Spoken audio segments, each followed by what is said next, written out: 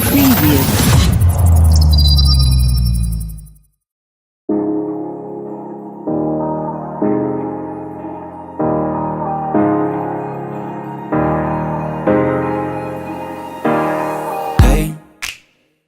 Doing just fine before I met you. I drink too much and that's an issue, but I'm okay.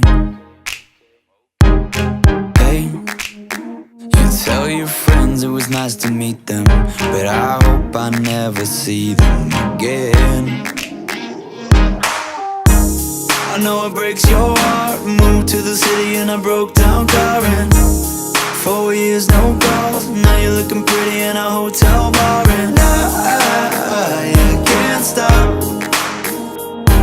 No, I can't stop.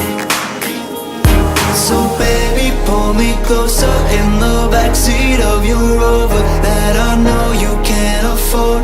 Bite that tattoo on your shoulder. Pull the sheets right off the corner of the mattress that you stole from your roommate back in Boulder. We ain't never getting older.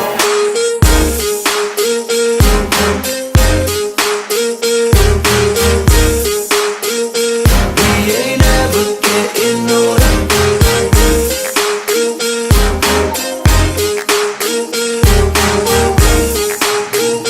We ain't never getting older. You look as good as the day I met you. I forget just why I left you. I was insane.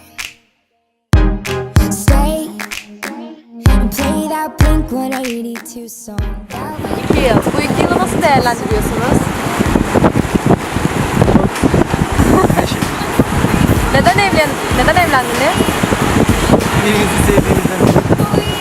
Nereden anladınız birbirinizi sevdiğinizi? Bana bakışlarından.